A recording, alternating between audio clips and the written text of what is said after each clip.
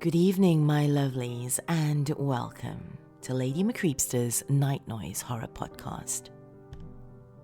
Today, we have the second part of Certain Emergencies 122's The Staircase Game.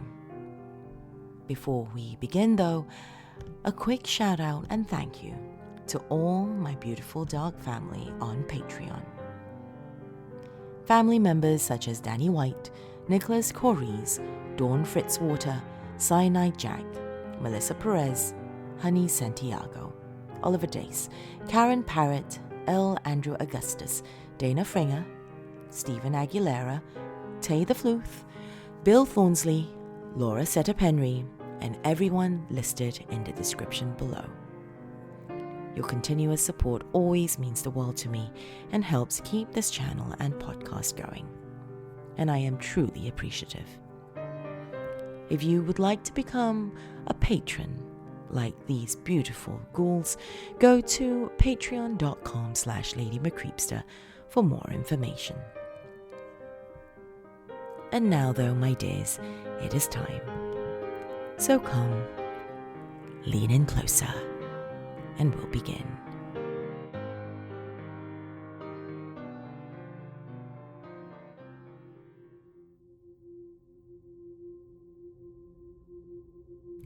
Staircase 2. As we walked down the second staircase, that same darkness full of lively birdsong surrounded us again.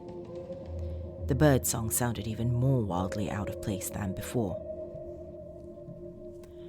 I wanted badly to talk about what I had just seen, the shapes that had been so beautiful and horrible at the same time, but I couldn't say anything aloud while on the stairs, not without breaking one of the rules of the staircase game.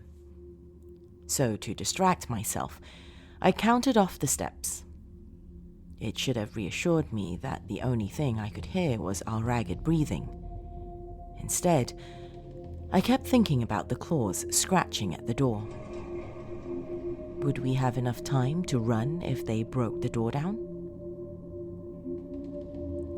All too soon we arrived at the end of the staircase. Jonathan pulled open the door ahead and we stepped out onto a moonlit beach. We stood at the edge of a vast ocean. Moonlight turned the waves black and they lapped at us, stealing the sand from under our feet. A salty wind swept over us, although instead of bringing the briny smell I expected, it brought something sweet and metallic instead. Wait. A horrible thought crossed my mind, one provoked by the familiarity of that scent. I bent down to inspect the ocean more closely and instantly knew that we did not stand in water. "Now can we talk about what's going on?" asked Jonathan. "I need to throw up," I replied and stumbled away from the sea of blood around us. There were tall cliffs set further back on the beach. They reminded me of the white cliffs of Dover, not just because of their beauty, but because of the sense of history they held.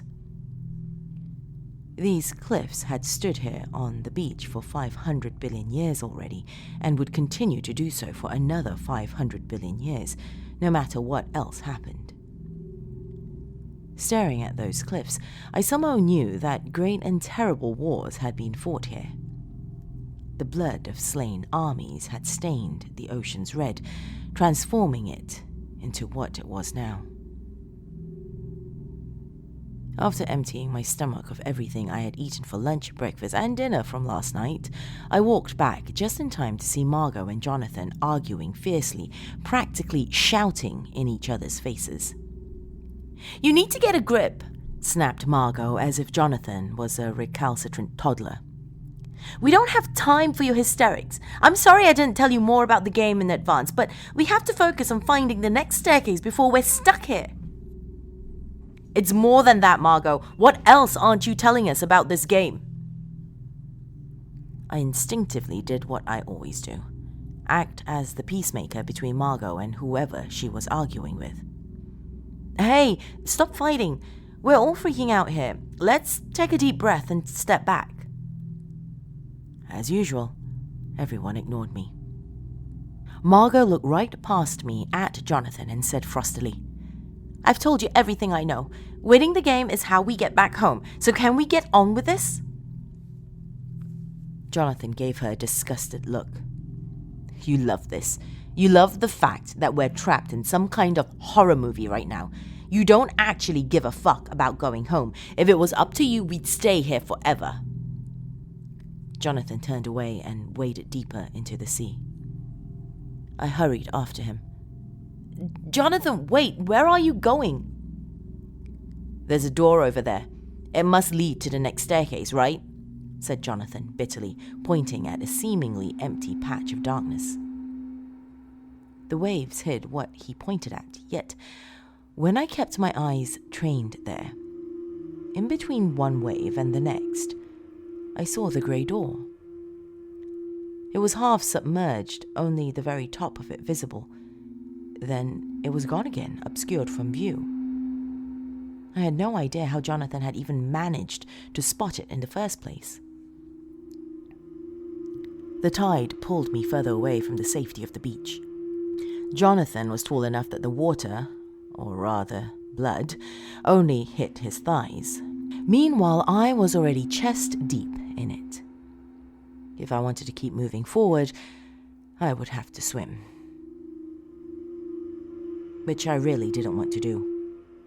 I imagined ducking my head under all that thick blood and being completely surrounded by it, feeling it pressed against my face like something alive. I took one tiny step further in and stopped. Against all logic, the blood felt warm against my skin instead of cold. That was better though, wasn't it? How much worse would it be to have to swim in cold or cooling blood? "We've wasted enough time," said Margot, coming up to stand beside me. "You know we're standing in, blood, right?" She dove in without a reply or any hesitation, though I saw her grimace as the blood washed over her face. I don't think I can do this, I thought, but they were already more than 20 feet ahead of me. Apparently I was the only one who had a problem diving into a literal sea of blood. I took another tiny step forward, and this time a wave lifted me right off my feet and bowled me over. The current curled around me and tugged me forward like an impatient child. I swam, doing my best not to think about what I was swimming in. It was weirdly similar to swimming in water, so I concentrated on moving forward, slicing my arms through the blood and paddling my feet, and tried not to dwell on the taste of iron in my mouth. I really didn't want to get left behind. Something brushed my ankle. Seaweed? I scoffed at myself. What could live in a sea of blood? Then again, technically none of this was possible. The posts said the staircases took us to different dimensions. What if the very laws of nature differed from dimension to dimension? What if the staircases took us to a place so different from our own world that the air itself was toxic to us? Or gravity tripled and crushed us all into a pulp? Preoccupied with my thoughts, I hardly noticed when something brushed my feet again. And then what was unmistakably a hand closed around my ankles and started to drag me downwards. Stupidly, I opened my mouth to scream for help, and of course, blood filled it. I swallowed convulsively without thinking and gagged. Thank God I had already emptied the contents of my stomach. Otherwise, if I had anything else to throw up then, I would have. The blood closed over me and I couldn't see anything. I struggled to break free of the iron grip around my ankles, pummeling at whatever held my ankles. It let go of me. I swam up towards the distant moonlight, my lungs aching with the need to suck in great lungfuls of air. My head broke the surface right as I heard Margot yell, "Alex, where are you?" I could dimly see her and Jonathan treading water next to the half-hidden door. I spat out the blood from my mouth. "There's something in the water! It..." A coughing fit interrupted me. "It dragged me down!" God, the taste of blood was awful. I swam towards them, still spitting out blood. Funny to think that I had been so concerned about grossing Jonathan out earlier, and now I looked like an extra from the set of Carrie. The only comfort I had was that although they hadn't been dunked into blood quite as thoroughly as me, neither Jonathan nor Margot had escaped entirely unscathed. Margot slid her hand along the door before uttering a triumphant cry and wrenching the door open. I expected the sea of blood to flow down the stairs, but some invisible barrier stopped it. The sea simply split around the open doorway. Only a few droplets of blood spattered down onto the steps leading into the darkness. I peered down. "What color is that?" "Grey," Margot said decisively. "And the staircase before that was red." I admired the fact that she had the presence of mind to note down the color of the last staircase while we'd been running for our very lives. Margot added, "This was easy." "Sure, if the sight, smell, touch, and taste of blood doesn't make you puke non-stop." More to the point, I glanced at her sidelong and said resignedly, "Did you have to jinx it?" Right on cue, the sea started to ripple and churn around us. Frothy blood sprayed out into the night. As we watched, disembodied arms emerged from the depths and reached for us like sunflowers, orienting themselves towards the sun. They were small, like the arms of children, but too thin to be anything human. All of them were white and somehow untouched by all that blood. Once more, I felt hands brushing against my feet. Cold fingers closed around my ankles. "Let's go!" yelled Jonathan. "Move it!" I reached out to Margot, and just as our hands clasped together, the arms below tugged on me in earnest, forcing my head back under the blood and wrenching my arm painfully in its socket. A brief tug of war ensued. Margot wouldn't let go, so the hands below began to pull her down with me. I wondered for a moment if I should simply let go of Margot's hand. I was the weak link here. After all, the hands held me and not my friends, but fear overrode my noble intentions. I didn't want to die, and especially not like this, my lungs filling with blood and my last sight, the white cliffs staring down at me impassively. By some miracle, Jonathan pulled both of us through the doorway. 1 second, my hand slid inexorably out of Margot's, my fingernails leaving deep furrows in her skin as I tried to hang on. Next, my feet were on solid ground. It was strange being on the other side of the invisible barrier that stopped the sea. Occasionally, blood sprayed through and onto us. Not that it would do much worse.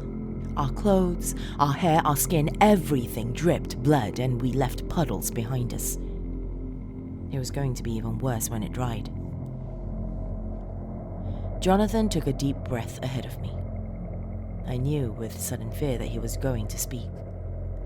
Useless knowledge, because there was no way for me to stop him. No way unless I broke one of the rules of the game myself and let go of Margot's hand. "Do you think," said Jonathan, and then he realized his mistake. He clapped his hand around his mouth, as if he could stuff the words back down his throat. It was too late. Those 3 words echoed through the darkness, and the bird song abruptly stopped, as if someone had switched it off with a remote. I threw a quick glance over my shoulder to try and gauge how many more steps we had to go. The sight wasn't reassuring. Margot tugged on my hand urgently, and I picked up my pace to match hers, even though this meant I kept nearly slipping on puddles of blood. Suddenly, a great wind buffeted us and we were forced to slow to a snail's pace. The wind kept trying to blow us back up the stairs. Hungry shrieks filled the darkness. By then, the flashlights from the backpacks were in our hands, but none of them worked save for the one that Jonathan had. The sea of blood had ruined nearly everything inside our backpack. Even that one flashlight sputtered in the darkness on the verge of going out. Yet, it cast enough light to reveal the birds high above us, the ones that had been chirping and singing. Except they weren't birds. I caught a glimpse of something staring down at us with insane, hate-filled eyes, a human face, but it had the body of an enormous eagle. It spread its giant grey-brown wings, opened its mouth to reveal needle-sharp teeth, and screamed at us with a woman's voice. Other hungry cries filled the air. How had we ever mistaken that for birdsong? We scrambled down the steps as fast as we could, helping each other up whenever one of us fell. Jonathan dropped the flashlight, and it didn't matter. We didn't need to see them to know that they were coming for us.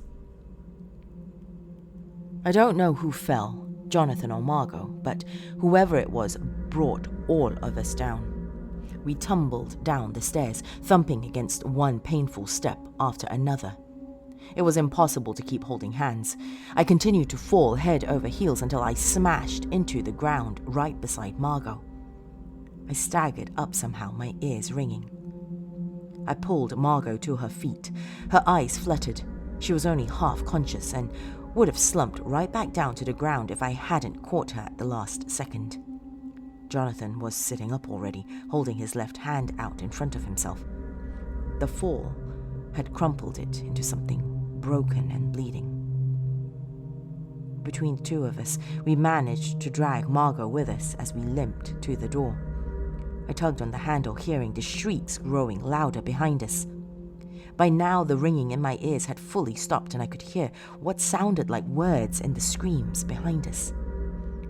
I pulled on the door handle with all my strength, praying that we weren't too late, praying that we wouldn't feel sharp talons digging into our unprotected backs.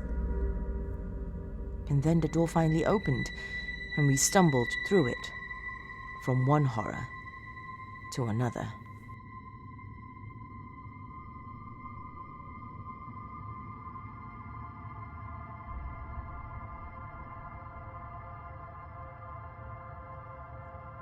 Staircase 3. The stench hit us first. The unmistakable aroma of blood, urine, feces, and rot. Bright sunlight illuminated it all in brutal detail. Corpses, stacked together in huge mounds so that they loomed over us and seemed to stretch into the sky endlessly. The bodies were naked, obscenely mutilated. Those that still had intact faces stared at us unseeingly with their cloudy eyes. It was as if some giant hand had carelessly thrown them to the ground. Yet, there was a clear pathway between the bodies. It curved to the left and disappeared from our sight. The sky was black with crows. They flew in circles overhead or perched on the corpses they could reach. They cawed merrily to each other and us while they feasted on the dead. Some of them had gorged themselves full, yet they still kept pecking away, tearing away strips of rotting flesh. As I watched, one crow expertly peeled someone's face off, revealing the decaying muscles and fat just underneath. "It's biting to throw up," said Jonathan. He instantly leaned over and vomited noisily. But I didn't feel disgusted. The sight was too much, too unreal. It was like seeing the pages of some illustrated storybook spread out before us. My mind simply could not comprehend it. If I didn't look at the faces of the corpses, I could pretend they weren't real. I could pretend that they were simply Halloween decorations. Yes, that seemed safe. There was no need to examine them any more closely or to think about how they must have died in pain and terror. Margot groaned. "Where are we?" She started to get up and froze. I cleared my throat. "I think it's some kind of maze." "A maze? Why?" I shrugged, uncomfortable. "I don't know. The way the bodies are stacked. They're like the walls of a labyrinth." I trailed off. I was pretty sure I was right. It was a labyrinth made of corpses, and a door to the next staircase would be at its center. I glanced at Jonathan. He looked exhausted. Under the sunlight, his hand was even worse than I thought. 3 fingers had bent backwards or sideways into broken sticks, and they were beginning to swell. He tried to smile at me. "It's not as bad as it looks." It was exactly as bad as it looked, maybe worse, but if pretending otherwise helped him get through this, so much the better. Unlike everyone else, I'd been lucky enough to escape the fall with nothing more than a few bruises. Jonathan and Margot's injuries meant that we couldn't go as quickly as we should have, and we kept running into dead ends. I suppose we could have slid up or tried to climb through the gaps in the rotting bodies, but by unspoken agreement, we stayed together on the path. None of us said anything aloud, but we all knew we were running out of time.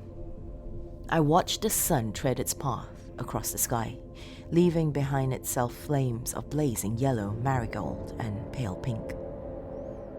It was the most beautiful sunset I had ever seen. I couldn't appreciate it. Its indifferent beauty seemed to mock all the corpses strewn here.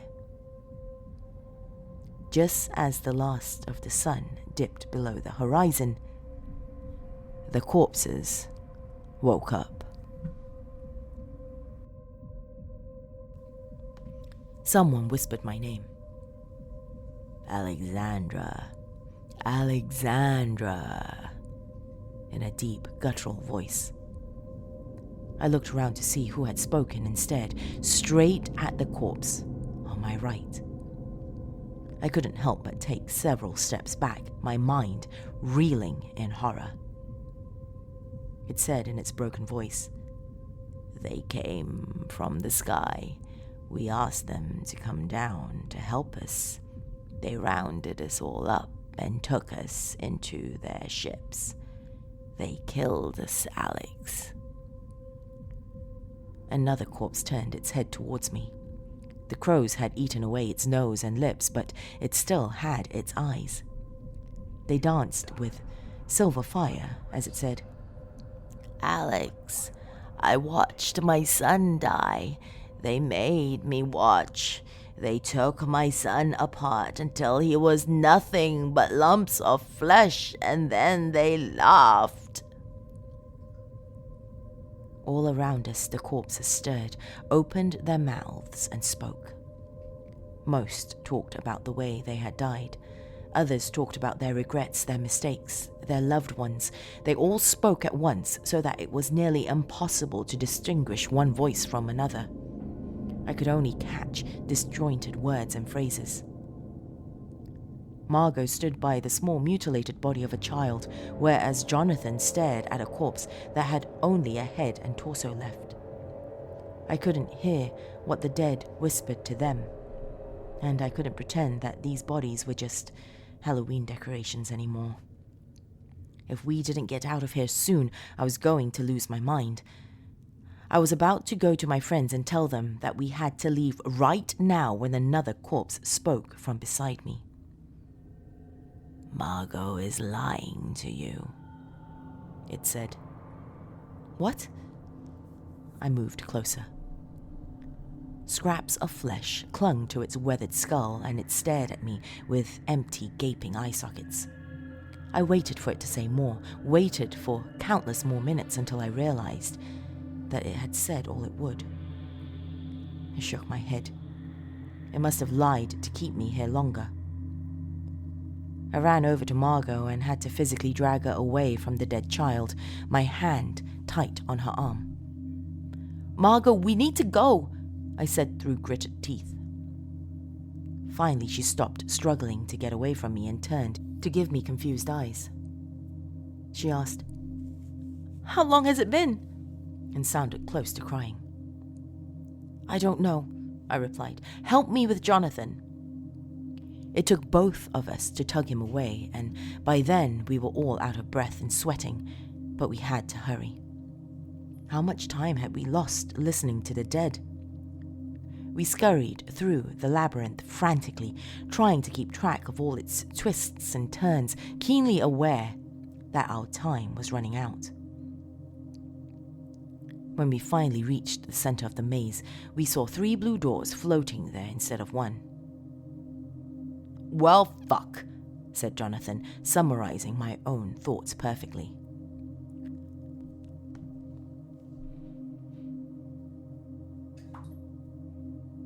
"We have to try all of them." I marched forward and opened up the first door on the left. "The staircase in this one is yellow? Margot, is that one of the colors?" "No," said Margot. She made no move to inspect any of the doors herself, and I wondered what the corpse had said to her. Jonathan reached out his uninjured hand to open another door. "This one's blue." "So is this one," I said. "Let's try counting the steps." Both staircases had 100 steps. We both looked at Margot then because she knew the game best, but she simply gazed back at us. Her face was pale and drawn. She looked like a child who had just seen the monster hiding under her bed. "Margot, come on," I said, trying to sound calm even though I felt anything but. "Do you have any idea which door to choose?" Margot shook her head. I don't know. Tears spilled out of her eyes. The doorknob shivered under my hand, and suddenly I was holding something soft and stretchy, as though the doorknob was turning into taffy. I looked across at the door across from Jonathan and saw that it was beginning to melt as well. "Okay, fuck this, we're going in," I said, arbitrarily picking the door closest to Jonathan. I strode over and flung it back open even as the doorknob dissolved in my hand, leaving behind a foul-smelling liquid. "Are you sure?" demanded Jonathan. "There's a 50% chance it's the right one," I said. We all went inside. And as the door slammed shut behind us, enclosing us in that now familiar darkness, I prayed we hadn't chosen the wrong door.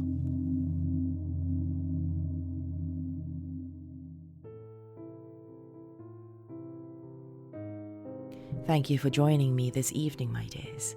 If you are new to my realm, welcome, my lovelies. Feel free to have a look around, and before leaving, do hit that subscribe button. And additionally, hit that bell icon as well if you're watching on YouTube to be notified of new uploads. If you would like to follow me on social media, I am Lady Creepypasta on Facebook, Twitter, as well as Instagram. If you would like to support this channel and podcast but aren't quite ready to become a patron yet, do consider purchasing some of my dungeon essentials. A direct link is in the episode description, and alternatively, if you're watching on YouTube, you should see the merchandise below this video. That is all the time we have this evening, my lovelies. Till next time, sweet dreams.